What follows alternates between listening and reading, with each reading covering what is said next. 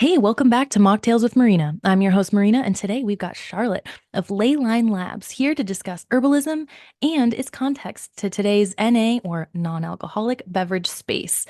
There's so much to unpack and uncover, so let's just dive right in and learn about it. Thank you so much for joining us today, Charlotte. Hey, thanks for having me. I'm really excited to have this conversation.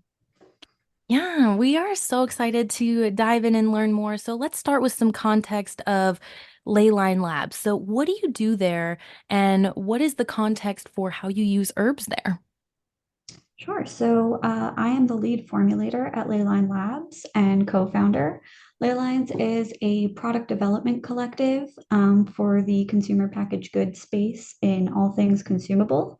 We mostly work in the beverage space, but we also do supplements, snacks, and we do a lot of non-alc and functional products. So a lot of NA is also covering kind of the functional world. There's a lot of interest in better for you products or using food as medicine is starting to come back around in trend rather than, the fringes it was for a long time. Um, so we're starting to see a lot more interest and demand for these products. Yeah, that's so exciting. I know that this is like one of the biggest topics that I am asked by like new kava bar or non-alcoholic bar owners. They're like, how do I white label a line? What even is all like what even is this process? What are the ingredients we put in? So that's why I think it's really cool that we're here today to just kind of give a really good background of first off, what is herbalism? I love Charlotte that you mentioned here, it's always been on the fringe to think that food can be medicine. Well, not always been on the fringe, but at least in our recent memory. And so now that it's coming into the forefront and more businesses are demanding it, I think it's important for us to understand the roots of it all puns intended. So, Charlotte, let us know what's your background in herbalism and how you like to kind of help formulate these products. Herbalism for me, growing up was not something that was particularly fringe. It's a family trade for me, it's third generation. My grandparents on my mom's side, my grandmother grew the plants, and my grandfather turned them into various teas and tonics. And then my mom also, kind of created the herbal teas and tonics and learned the information about, what they do for the body. And her sister is a botanist. So, unfortunately, none of my brothers went into agriculture near me anyway. One of them's all the way in California. I'm in New York. I, just kind of grew up learning these things from my grandparents. I was always really interested in their work from an early age. And I've always really been interested in science and how the body works and how we could, you know, help heal people. Uh, plant medicine just kind of came naturally as a part of my life, even when I wasn't working as a developer in this field. And then when I did get into consumer packaged goods, it really felt like a natural progression to incorporate these products. That's so cool. And I love that it's just so like you say, like you grew up with this. So none of this is like it's just ancient standard traditional wisdom that you're pulling in to things that look new on the market. It might be a new product, but in reality, you know, that's not the case. Like none of these herbs are brand new. We didn't invent them. So, one of my favorite things to do, when Charlotte and I are talking on the side here, we talk about the history of herbalism and where things were. And Charlotte, I'd love to hear you talk more about it here. And, what were pharmacies like even just 100 years ago to today? Yeah, absolutely. I mean, it's really interesting to think of kind of the cultural association for it. I mean, in the US, we've always seen, these herbal products. And in the past, mm, 60 years or so, we've called it like Eastern medicine, because in Asia predominantly it's still used and never was replaced. In India and that general region, there's Ayurvedic medicine, which is not considered something abnormal or off to the side from standard medicine. It's practiced with and in a standard medical setting. It's Ayurvedic medicine could be an actual medical degree there. So a lot of the efficacy information and the like research papers that I use today do still come from that area. They're you know to learn about like the active compounds and usage and risk case and interactions and all the ways that this actually like affects the body and why. A lot of the information that I get is still from research papers from Asia. Um, and we, I mean, I'm in New York. I know we have Chinatown here, and you see all these little like herbal medicine shops that are just standard practice to these cultures. And I'm Middle Eastern. So my family coming from like Lebanon and Jordan and Iran, these plants are pretty standard. Um, so it really is just like a normal part of the culture for folks outside of like the Western world, um, even with the existence of modern medicine. And on your note of like what pharmacies were like, um, I actually got the chance to rummage through what was a closed down pharmacy from the 40s when a building was being renovated for a space I was working in. Ooh. And they still had all of the old like tonic bottles and books and everything in the basement, and all over the building, these like relics of what pharmacies were in the 20s. And it was so interesting to see that most of these things were not from any pharmaceutical companies. They were things that were concocted primarily by the in-house pharmacist, um, doing what they used to call compound medicine, which is unfortunately difficult to find today, which is medications that they were usually plant-based and tailored for the individual rather than an off-the-shelf item that was coming from a major corporation. It was something tailored specific to the person's needs, which I really wish would make a comeback. Mm-hmm. Mm. Yeah, that is so fascinating. Like the concept of, so in herbalism in general, I feel like no matter who I learn from, in what time period, the a very common theme is always, hey, what works for some people may interact horribly for another, or maybe it just is neutral and it doesn't really do anything at all.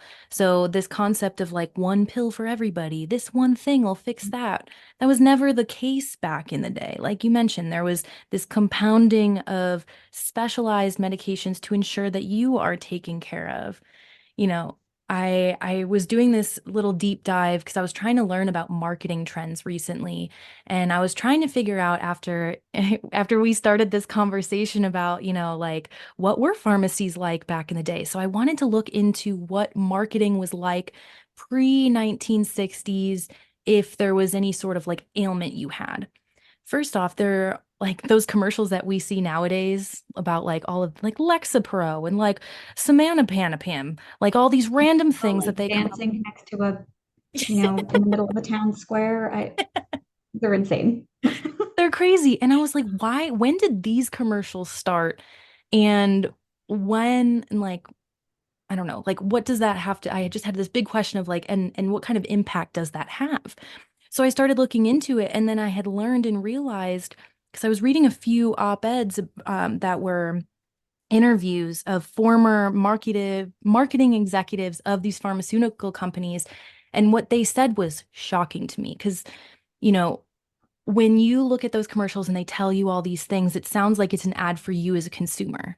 In reality, they aren't making these ads for you and me. or any of the other people watching TV, even if the pill has nothing to do with us, they're making those like they're putting all of this ad money in order to control the media and how they talk about health because they've been paid off.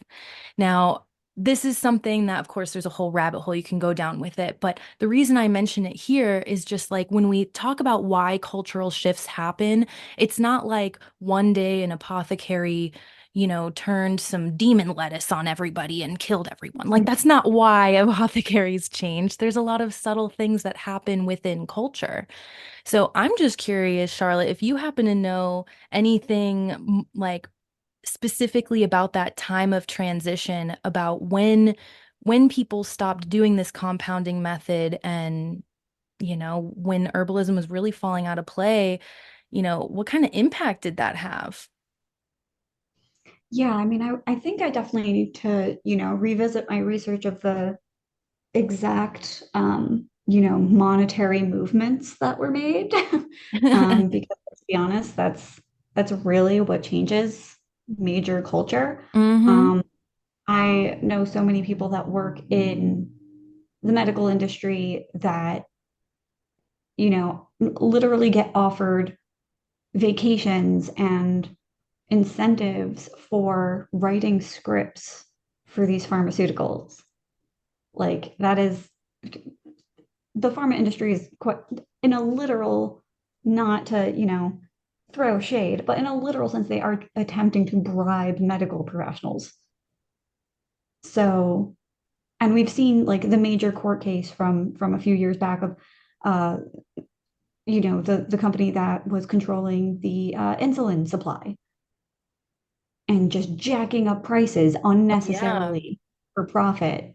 And then people were, who needed insulin were, uh, trying to ration their supplies because they couldn't afford it, and which obviously caused major medical repercussions for these individuals. And unfortunately, it's not until there's like mass illness and death and court cases that anything happens. Um, but the fact that we're viewing, in this region of the world that we view medical necessity in conjunction with profit is definitely a major driving factor for the fact that um, we're we have steered away from individualized medicine because it takes more effort, it takes more time, and it generates less profit. Mm. Being able to mass produce anything on major scale is more cost effective. I mean, you know, that's what I help people do with their beverage products, for example, is we know for a fact that producing larger volumes of one thing is cheaper than tailoring anything to specifics, which is okay for a tea, but probably not ideal for personalized medicine. Exactly. Um, but that's why a lot of people are starting to become more weary with the major pharmaceutical industry. They've just seen it not work for them. The way that healthcare is being practiced in the US is just not working for a lot of people. The diagnostics aren't personalized enough. The medications and medical practices aren't personalized enough. And we still don't entirely know everything about how the human body works. We're doing our darndest, but to take it a step further to try to make a snake oil of one size fits all. I mean, one size fits all doesn't work for pants. It's not going to work for medicine. So that method is just not working for so many people. So even folks who, didn't grow up with a background in herbalism, didn't grow up in a culture in which herbalism was a standard practice, are starting to pursue these things and research these things and ask for them in the form of, consumer products in a way to help mitigate the issues that they're having and improve their general well-being. even if it's not for a specific medical condition, through these products, which we know work. They were used for thousands of years and still have been in various cultures, and really just went out of fashion here. I But love you're that back. you go ahead, finish your thought. I don't want to interrupt you there. Oh, nope, that was all. Okay, Just perfect. I love the way that you said, one size fits all doesn't work for genes. Why would it work for medicine? That belongs on a billboard somewhere. But I just think that's so cool because first off, if you are listening to this podcast episode and you have had any desire to create your own line of products, like let this be the sign because like we just said one size doesn't fit all. So there's so many combinations of things that we can still develop and other products that can come to the line that can really help people. So when we talk about competition, that's where to me I am always like there's no such thing as competition right now because like there's just not enough of these products that, bring in more variety of more herbs, but there's a very particular reason for part of this issue too. And that's where I think we want to talk a little bit more about like why that is, which is because of standardization in the United States specifically. So, as we were talking before, in India, they never stopped. So that you've got herbs galore everywhere. Um, you've got the studies, you've got like the accessibility is there. yeah. Whereas here, there are so many more regulations and things that we have to like go through in order to get a product or an ingredient safely to market. So, Charlotte, I'd love to hear you talk a little bit more about that. Yeah, sure. So I'll use an example to start that everyone's already heard of, which is, the cannabis industry, for example. We know that it was classified as an illegal drug for a significant amount of time. And we're still working through all of the outdated regulations from that. But there is also actual research that was permitted and done proving that it can assist in a medical capacity, which is why for at least around a decade or so now, we've had, the medical licensing for marijuana before there was ever, the recreational use in most states. But we're physically aware, like we're completely aware, and have proven with controlled science studies done by professionals that there is medical benefit to cannabis.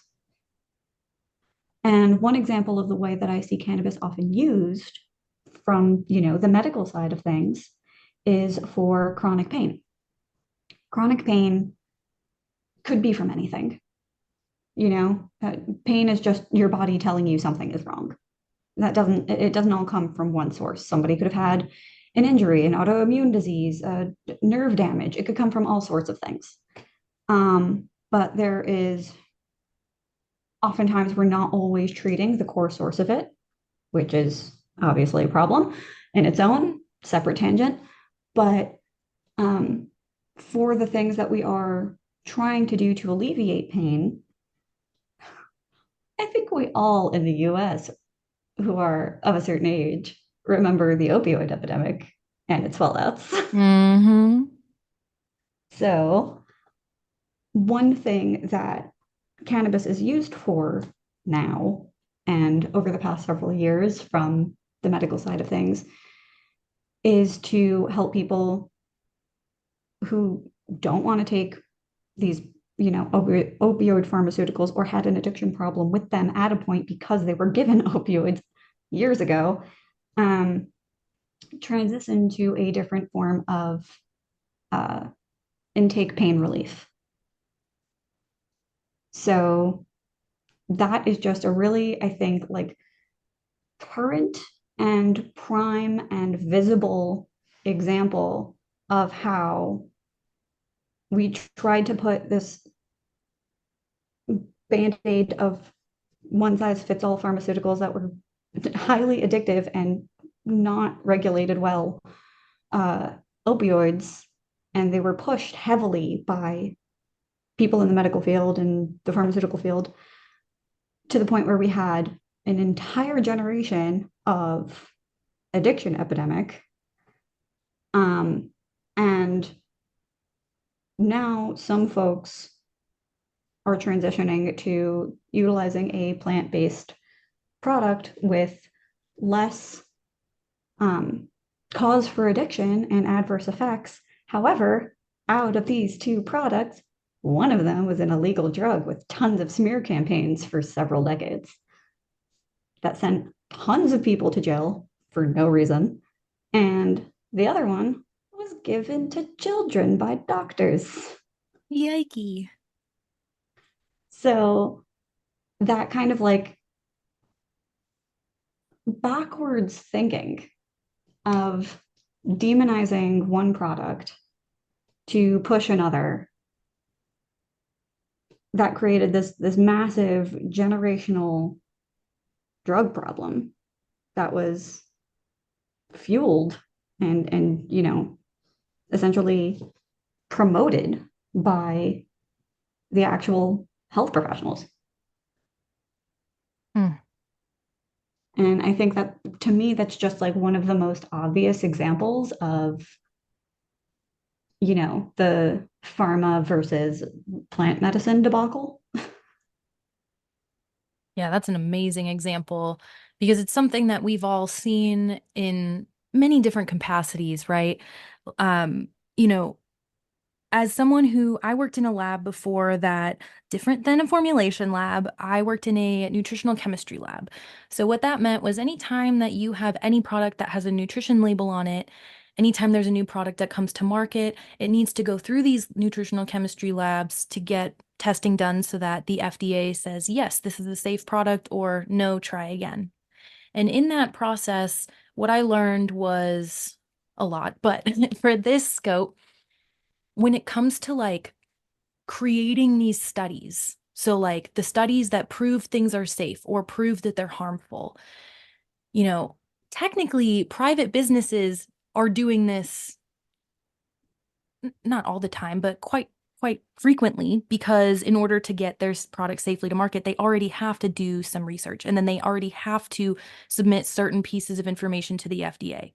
So there's research going on all the time. I think a lot of times people think that research is something that's done exclusively inside of universities, and in order to be a part of the research and to have any sort of say in the matter. Like you have to go get a PhD and go work at a university and get studies done there. But that's just not actually true. Like that is one way that you can go about getting this information. And, if you're inspired by this and you're like, you know what, I want to do for Kava or Kratom what needs to be done on standardizing. Well, feel empowered because we all can do something about this.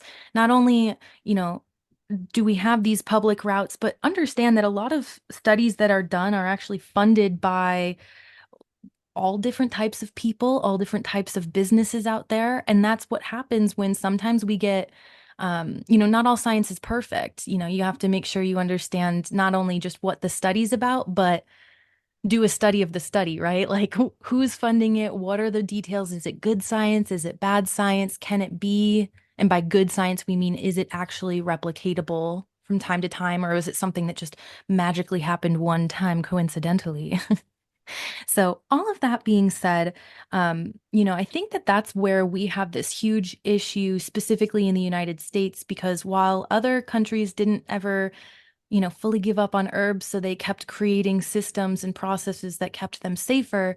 The United States is like, let's look at kratom as an example. They're like, some states just completely outlawed it. And then other states are like, just do whatever you want. There's no regulations. So you get these like sometimes amazing products and sometimes terrible products from third world countries that were not taken care of properly. So they might have heavy metals or something in them. And this is this is I think like one of the driving factors that really made us be like we really want to like make this podcast episode and talk about what we can do to like safely add herbs to a drink. So, Charlotte, let's say I'm Miss Businesswoman, and I say, hey, I want to start a new line called Miss Soda Pops. I don't know. And inside this soda, I want there to be like super bubbly, but I want these specific herbs.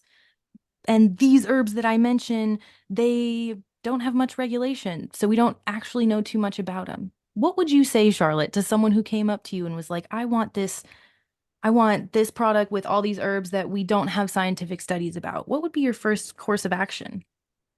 Yeah, so there's kind of like a multifaceted answer to that. One of which is if somebody's asking for a bunch of functionals, my first thing is to note that, as we've been talking, we keep calling it plant medicine because like there are active compounds in these products, in these plants that, you know, affect the body. That's kind of the point of them.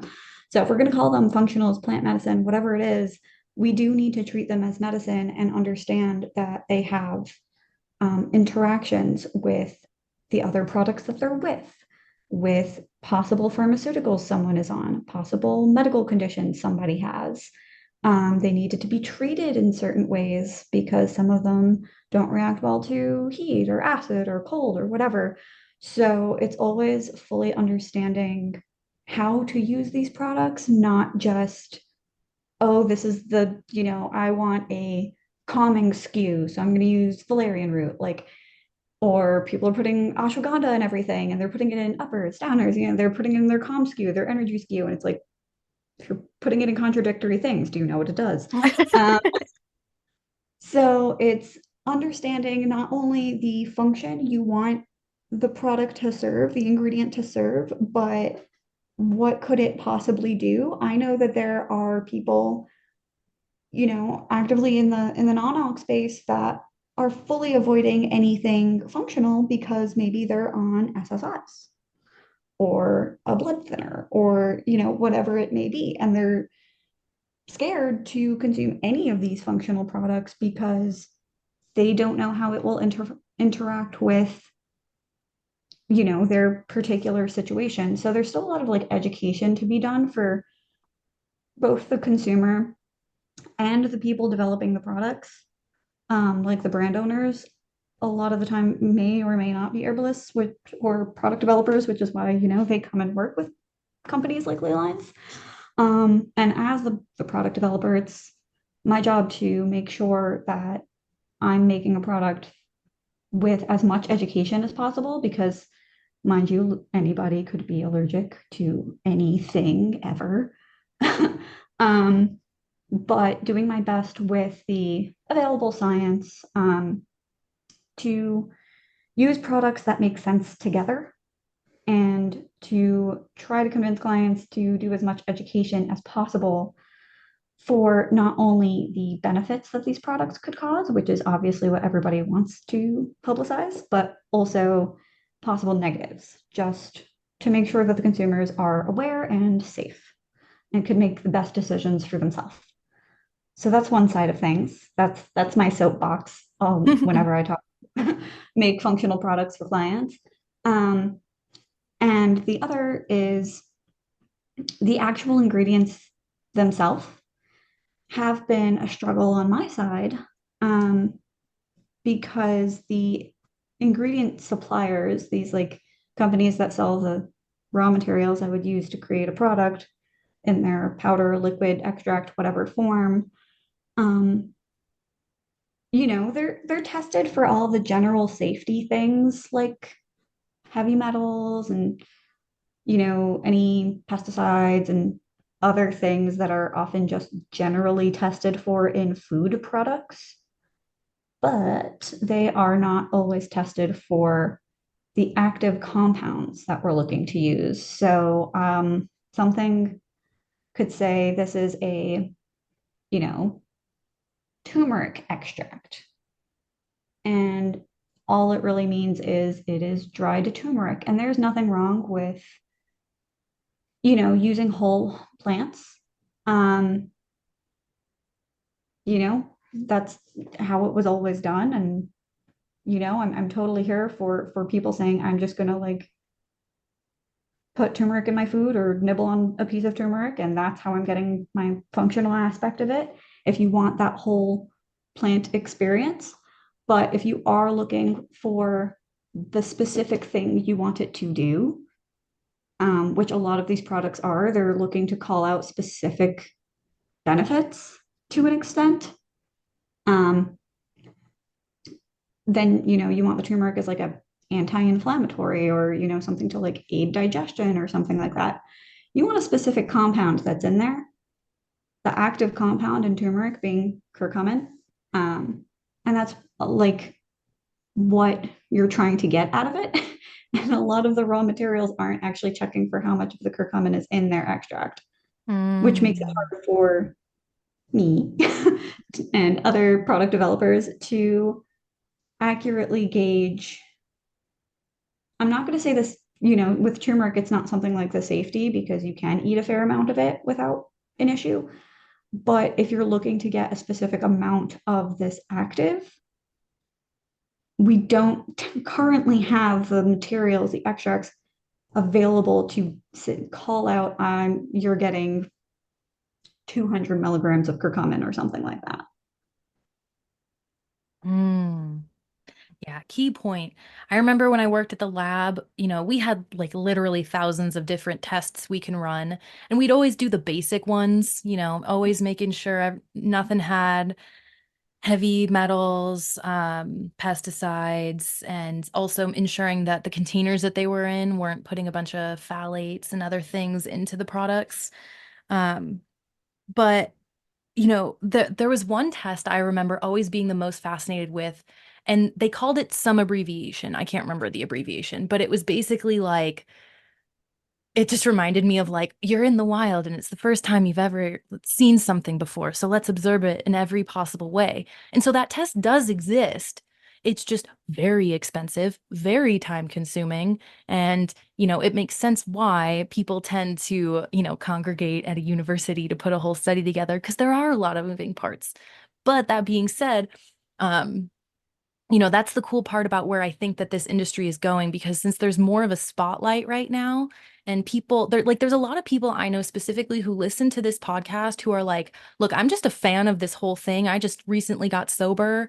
I don't like what I was doing before. I'm just looking for my life mission. Like, what part of this can I be a part of? And there's a lot of people who, like, for example, love the non-alc, like lounge or bar space, but they aren't like, not everybody's a bartender. Not everybody has that personality, or not everybody has the desire or want to work those hours. Some people want to work remote. Some people want to do different sides. So, the point of this story is, I think this is a fun question. If I could summon, and I'm going to ask the same thing to you, Charlotte, but if I could summon more people into some part of this industry in general, and I'm going to use the umbrella term industry, is really I would love to have more people doing research on effective ways to bring out those active ingredients a little bit better so that we don't get confused on, you know, is this drink actually functional or why is it making me feel weird?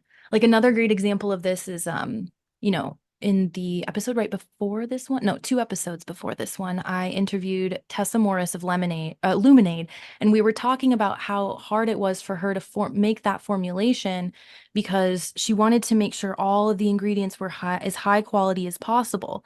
And after I tried it and I compared it to other competitors and we were looking at the active ingredients and what like what's on the label versus what they can leave out, and we found that there's definitely something going on in terms of formulations where, like you mentioned, you can have the right ingredients in there, but there's different forms, there's different ways of it being put out, and the laws on how much information each company has to put on their container, it's going to depend on which active ingredients you have, quite frankly. So all of that being said, I want more people in research and R&D. And I'm working with people on the other side, the showbiz side of all the things. But Charlotte, if you could have wave your magic fairy wand and just have more people working in some part of your industry to help make your job easier, what would that be? Oh man, I'm So little insider scoop. It's not there yet, but Ley Lines is working with some folks, some to create more of these standardized materials. It is still, as you know, science takes a long time, Hmm. and creating new products takes a long time, by the way. For the folks that don't know, it usually takes a year at a minimum to 3 or 4 years to get a thing made. Um, so we are working with, the researchers and the extract developers and manufacturers to try to standardize this botanical industry more than it is. It'll be slow rolling, but hopefully we'll get there. But I would say if there is folks that I would like not necessarily be more of them, but be more open to doing certain aspects that would be beneficial, it would be like the marketing folks. So anyone who has like a lot of access to, just consumer view, whether it's brands or celebrities or influencers or just the girl you went to high school with that like has a bunch of people that follow her. It would be the educational side of things and making sure that you are sharing education that is substantiated, not just some fitness guy went to Walmart, picked up a package, read the ingredients on TikTok, and went, "This is all really bad for you," without knowing what any of the ingredients mean. Like, sodium chloride will kill you. Dude, it's table salt. Calm down. Um, so like sharing real, substantial, proven, beneficial information, which you don't necessarily need to be in marketing or be a celebrity or whatever to do. It could just be, you know, talking to like your girls at tea or your mom about something you learned, like sharing a infographic with your friends in the group chat of something that will like actually teach somebody something. um, my mom is one of those people that reads ingredient labels all the time, and I always have to talk her down, going, "Mom, that's not a dangerous chemical. It is a normal thing. That just means lemon. It's just the scientific word for lemon." So, like, minimizing the amount of garbage information being shared and highlighting the actual beneficial, substantiated information in your daily life, even if it's not in your industry, showing to people will help. Yes. Oh, I love that. It really does make a big difference. I mean, I've been in this industry for years and my husband and I finally just got my dad who, my God, he's always looking for something to feel better. And, once we were like, hey, we have like other teas that can help you. So you don't have to do any you don't have to drink beer. You don't have to like smoke a bunch and have worry about lung cancer. Like, here are certain things you can do to get better. And it took years to get there, but just years of persistent conversation genuinely can like make such a big difference over a lifetime. And I love that you mentioned in general just all of the marketing and education, because first off, I think that's why we're like, that's why we vibe so well because, you know, I I want everyone to know who's listening to this podcast, like the fact that I am a consultant in this industry and like what my job duties are every day, I made it up. Like no one, like every day, Tyler and I are constantly trying to figure out new ways to educate people, connect more people in the industry, help the industry grow. Like there's, we can look to consultants of other industries for how they made their careers, but at the end of the day, I still haven't met another like NA consultant that does all the weird random things we do. And I want to say that to empower you to understand that, in order to help educate people, because we're talking specifically marketing here, a lot of people in marketing jobs, some of them have gone to school specifically for marketing, and that, you know, and that's cool. But point of the story is they didn't go to school for botany, or if they're representing, an athletics company, they didn't study, athletic science. Like, they studied marketing and the art of communication and letting people understand what, you know, what truly is the product or service that's being offered.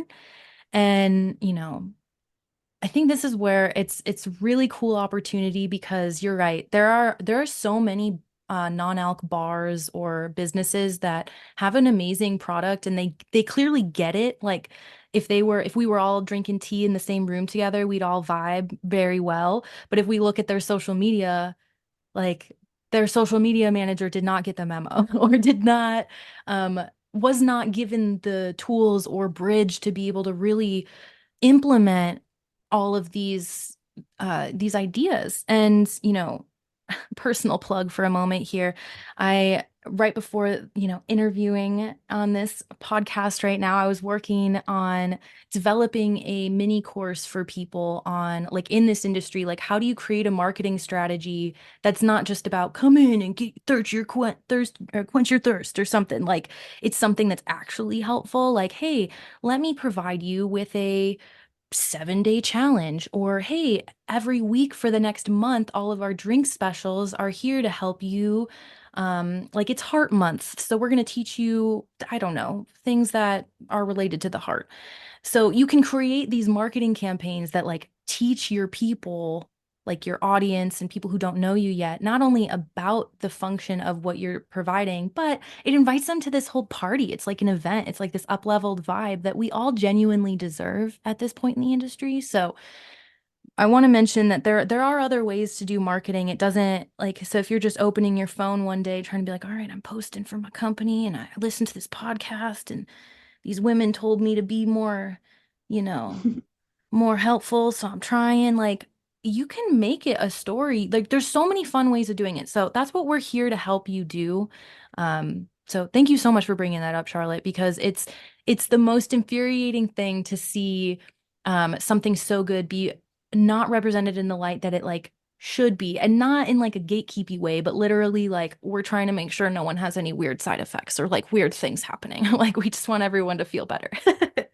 Yeah, and just, I mean, I come from the formulation side of doing things, but Ley Lines does have our market analytics branch, and so, I just hear like we communicate constantly about marketing and research and how to integrate it into the formulation process. And one thing that we've been talking about a lot is, kind of brand strategy and ethos and all of these things that we always have to talk to our clients about, like,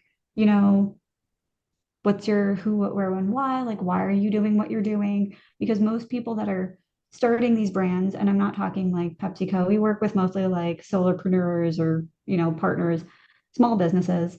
Um, a lot of the time, the reason that they're making their product is really because they're making something for them. And what's resonating with a lot of people, a lot of consumers in small business, if you look at like the types of products that are highlighted by companies like or media like Snackshot or um, Dry Atlas, which is an NA specific media company, or if you go to stores like pop-up grocers, which all highlight like these small business, like up and coming CPG items. If you go to like the social medias and whatnot for these brands, like we know that the goal for a brand is to sell their product because obviously it's a business. But for consumers, a lot of what they're resonating with is their personal connection to it. And part of that is kind of like founder story, or generally not just making it look like a big corporation, but making the product feel like it's for real people. And the consumer is really resonating and connecting with something they feel like is for them. So there are definitely ways to do marketing and get sales and grow your business. while still being educational and real and informal. Hmm. Preach. It's so true. I love that these are the examples that you're bringing up because, you know, there's a lot of different ways that we can choose to connect with our people. And because at the end of the day, like, yeah, a lot of people, when I talk like, hey, why did you make that product? They're like, yeah, because it's the product I needed. And I saw a gap in the market. Or if they didn't need it, maybe it was their friend. I have another colleague who she just started making this lotion for her sister because her sister had really like itchy eczema. And then she just happened to share it on social media one day and it blew up so much that she literally like had one of those viral videos about it, made an entire business just because she just helped her sister's eczema. And, those stories, they like if I were to have just seen that product, I personally don't trust a lot of products out there, especially after working in that lab. And I saw how many things would fail sometimes. And so, there are it can be difficult for people to trust the marketplace, especially since there's been so many marketing campaigns in general that have just turned out to be lies. Things Mhm. didn't turn out exactly as they seemed in those commercials, but Are all you of it. saying this won't make me dance next to a fountain with the entire town breaking out into a flash dance? It just might. It just might. You never know. That's But the pill I want. Flash dance pill. that's the one I want. Yeah. But when you tell me that, like, your sister, like, you put this on your sister, like, if this was a bad product, you could have killed your sister. I don't know. Like, but you put it on her and or you put it on yourself and here's your whole story and then I can see the social proof of your story because whether it's on your social media or in your blogs, like I see more examples of it. Like that's the stuff that helps me really trust and fall so loyal to a company that like I'm always like, wow, do I need to have a budget for this? Because I love them so much. And Yeah, like this isn't an herbal product, but this is just like a client that I worked on some of their products. There's a pet company called Pet Plate, and I loved working with this founder so much because you could really tell he was doing everything because he wanted better food for his dog. He loved his dog so much. aw, And I think that one of my favorite commercials that I've ever seen, not because it was like funny or used a major marketing budget or had like, crazy imagery or anything. It was literally just the owner sitting down in front of a bowl eating the freaking dog food. wow. He's like, I'm not gonna say it tastes great. I put sriracha on this, but like my dog loves it, and I made it like so that I wouldn't. And obviously, I'm like paraphrasing this to hell, but essentially, he made this product completely with the idea that he would be willing to eat it, and that's how like safe and efficacious, like safe and healthy it could be, is he's willing to eat this dog food, not ideally because it tastes good for him. I mean, his labradoodle loved it, but um, but like going to the point of he's sitting there eating a freaking bowl of dog food. And that's the whole ad. That's it. That's the whole ad. Brilliant. How much he cared about the quality of this dog food. That like hits home Yeah. like so hard on so many levels because yeah, that personal nature of just being like, hey, this is how much I believe in this. And then those of us who've all gone through things and like understand the connection and all of it, like it hits us so deep. And I think that that's a really important takeaway here for if you want to start your own, functional beverage brand or any part of this industry, right? Just leading with your heart and thinking, what is it that I'm trying to, like, what pain point am I trying to solve? How am I trying to help people? And how can I show up and show people every day? Because you're going into an untrustworthy world. Like we don't just all go out into the world and trust everything and try every sample. There's a lot of us that are a bit more concerned about what we put in our bodies. So I think that that is like one of the best lessons to take from this episode, really. Just really diving deep into what your purposes for whatever your venture is and ensuring that you do it such an honorable service that not only are you, of course, trying to back it up with as much scientific evidence and, pragmatic knowledge and all the things, but at the end of the day, you don't take your heart out of it, make sure that you're letting people know because the last thing I want to mention here is your heart is going to be the thing that shows people where like it allows you to speak directly to their objections. So I feel like a lot of times people have a difficult time when it comes to like they'll be like, "Oh, great idea. We're all surface level, non like happy with each other." But then the moment someone's like, "Oh, no, thanks."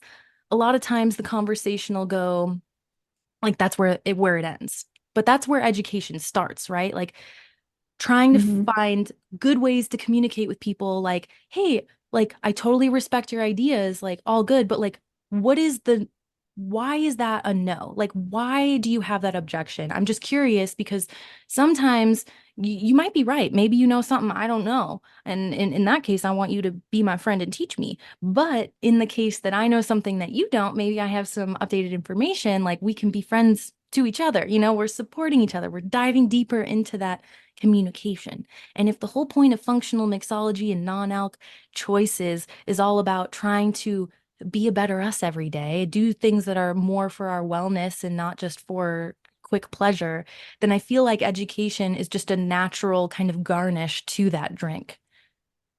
Absolutely. And I mean, for anyone starting a brand or in a brand right now, always what I tell them is that North Star baby, it's gonna be the thing that stays consistent through all of your development and your growth. You'll maybe rebrand your colors, your name, your SKUs, whatever, but that North Star, that reason for being is going to be everything for your brand. It's going to shape all of your decisions. It's going to keep you going when all the retailers have shot you down or you feel like you might not make it through your business because that happens.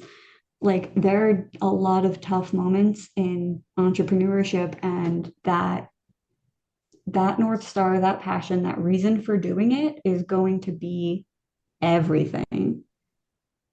Mm, well said. Thank you so much, Charlotte. Do you have any last words or anything you want to tell us about?